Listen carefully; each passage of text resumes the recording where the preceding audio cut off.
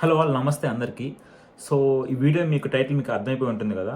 వెనిజువలన్ president Nicholas మదురోని ఎందుకు US capture చేసింది, reasons ఏంటి మనం చూద్దాం. మీకు సింపుల్గా 3 పాయింట్స్ చెప్పేస్తాను. ఫస్ట్ పాయింట్ ఏంటంటే, అసలు ఈ నికోలాస్ మదురో ఆల్మోస్ట్ 2016 నుంచే ఉన్నాడు లైక్ ఇన్ పవర్లో. ఫస్ట్ నుంచి కూడా తన వే ఆఫ్ డీలింగ్ అని ఎలా ఉంటుందంటే కైండ్ ఆఫ్ డిక్టేటర్షిప్ అనమాట. మీరు చూసే ఉంటారు కదా, ఒకప్పుడు జర్మనీలో హిట్లర్ ఏదైతే చేశాడో, I don't know why still it's happening in modern era, but still some countries అలాగే ఇరుక్కుపోతూ ఉంటాయి అన్ఫార్చునేట్లీ. అందులో వెనిజులా ఒకటి. ఈ డిక్టేటర్షిప్ వల్ల ఏమైంది, వెనిజులాలో డెమోక్రసీ లేదు, ఆర్ఎల్స్ మనం ఇప్పుడు అంటున్నాం కదా రిపబ్లికన్ అని చెప్పేసి, డెమోక్రసీ అని చెప్పేసి ఇట్లా మల్టిపుల్ పొలిటికల్ థియరీస్ ఉంటాయి కదా, వాటిలో ఈ థియరీ ఏం లేదనమాట. ఉన్న ఓన్లీ ఒకే థియరీ ఏంటంటే డిక్టేటర్షిప్. నికోలాస్ మదురో ఏం చెప్తే అదే జరుగుతుంది, ఫుల్ కరప్షన్. ఇంకా ఎలా అంటే ఎలక్షన్లు ఏమి ఉండవు, ఇంక వాళ్ళే ఓట్లు వేసుకుంటారు, వాళ్ళే గుద్దేసుకుంటారు, అన్ని ప్రాజెక్టులు వాళ్ళే, ఏ చేసిన ఇంక వాళ్ళే ఎంటైర్ సేమ్ పార్టీ అనమాట. దీనివల్ల ఏమైంది, తెలియకుండానే స్లోగా కంట్రీ లోపల నుంచే దాన్ని ఏమంటారు, ఒక పొలిటికల్ అన్రెస్ట్ అనేది స్టార్ట్ అయిపోయింది. ఇది సెకండ్ ఇంపార్టెంట్ పాయింట్.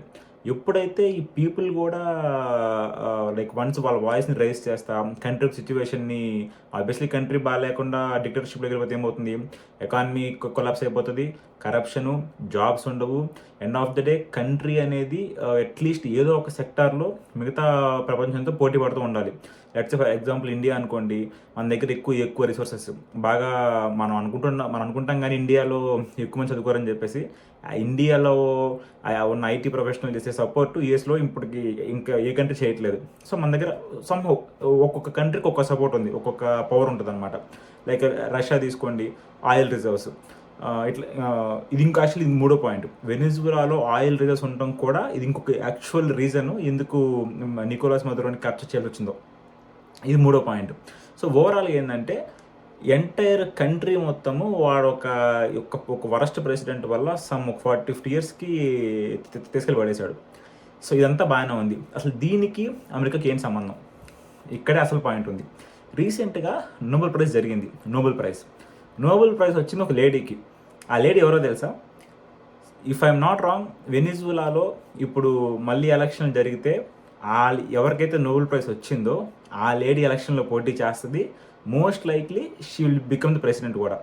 ఎందుకు అని అంటే ఆ లేడీకి not only America, some other US allies కూడా 2002 నుంచి సపోర్ట్ చేస్తున్నాయి.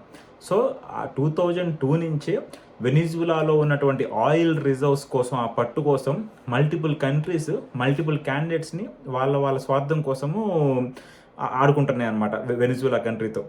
సరే, ఇది కొంచెం ఈ కైండ్ ఆఫ్ డిబేట్ లాంటి టాపిక్ ఇది. సో అది మనకు అనవసరం ఎండ్ ఆఫ్ ద డే. కానీ ఓవరాల్ రీజన్ ఏంటంటే ఈ మూడు: ఒకటి డిక్టేటర్షిప్, రెండోది కరప్షను, థర్డోది పొలిటికల్ అన్రెస్ట్, ఫోర్త్ది ఆయిల్ రిజర్వ్స్. ఈ 4 పాయింట్స్ వల్ల ఏమైందంటే, ఎప్పుడైనా సరే గుర్తుపెట్టుకోండి, నాకు యుఎస్ గేమ్స్ అర్థం కావాలి అంటే the way the strategy of how the political power, how the global economy కానీ, గ్లోబల్ పవర్ స్ట్రగుల్స్ కానీ ఇవి మీకు అర్థం కావాలంటే, నాకు అర్థమైన వేరే చెప్పాలంటే, గేమ్ ఆఫ్ థ్రోన్స్ అని ఒక సిరీస్ ఉంది, చాలా బాగుంటుంది. గేమ్ ఆఫ్ థ్రోన్స్లో మీరు ఏ స్ట్రాటజీస్ అయితే చూస్తారో, ప్రతి సీజన్లో ఒక స్ట్రాటజీ ఉంటుంది, ఒక స్టోరీ ఉంటుంది. ఆ స్టోరీలో ఒకరినొకరు ఎందుకు కొట్టుకుంటారు, రీజన్స్ ఏంటి, అది మీకు బాగా అర్థం అయితే కనుక, not from cinematic point of view, from the wisdom point of view, మీకు నాలెడ్జ్కి విజ్డమ్కి చాలా తేడా ఉంటుంది. జస్ట్ అదేందో ఒక సినిమాలాగా ఎంజాయ్ చేయకుండా, అది ఒక సిరీస్లాగా ఎంజాయ్ చేయకుండా, ప్రతి డైలాగ్ ఒక రీజన్ మీరు గ్రహిస్తే కనుక, గేమ్ ఆఫ్ థ్రోన్స్లో ఏదైతే జరుగుతుందో యాజ్ ఇట్ ఈస్ మీకు మన ప్రపంచంలో రియల్ లైఫ్ ఇంకా అదే రిపీట్ అవుతూ ఉంటుంది.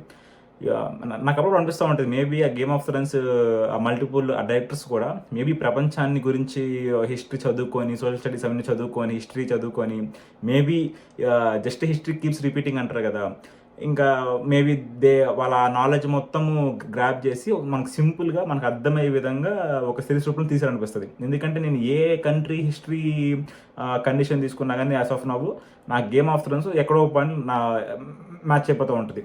మీకు సింపుల్ చెప్పాలంటే, గేమ్ ఆఫ్ థ్రోన్స్లో కింగ్స్ ల్యాండింగ్ ఉంటుంది కదా, ఆ కింగ్స్ ల్యాండింగ్ అంటే ఏంటి, అది ఏదో కాదు, యాజ్ ఆఫ్ నవ్ ఉన్న కరెంట్ రియల్ వరల్డ్లో అమెరికా కింగ్స్ ల్యాండింగ్ అయితే, మీకు ఇక నేను చెప్పకూడదు వెనిజులా ఏంటి అనేది. జస్ట్ ఒకసారి గేమ్ ఆఫ్ థ్రోన్స్ చూడండి, మీకు అర్థమైపోతుంది వెనిజులా అది దేనికి మ్యాచ్ అయిపోతుందో.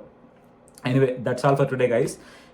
Please if you like this video, please like, share and subscribe. Thank you. Have a great day. Bye. Venezuela overnight. He says its president, Nicolas Maduro, and his wife, Celia Flores, have been captured and flown out of the country. Attorney General Pam Bondi says both of them have been indicted, and in a social media post says that they will, quote, soon face the full wrath of American justice.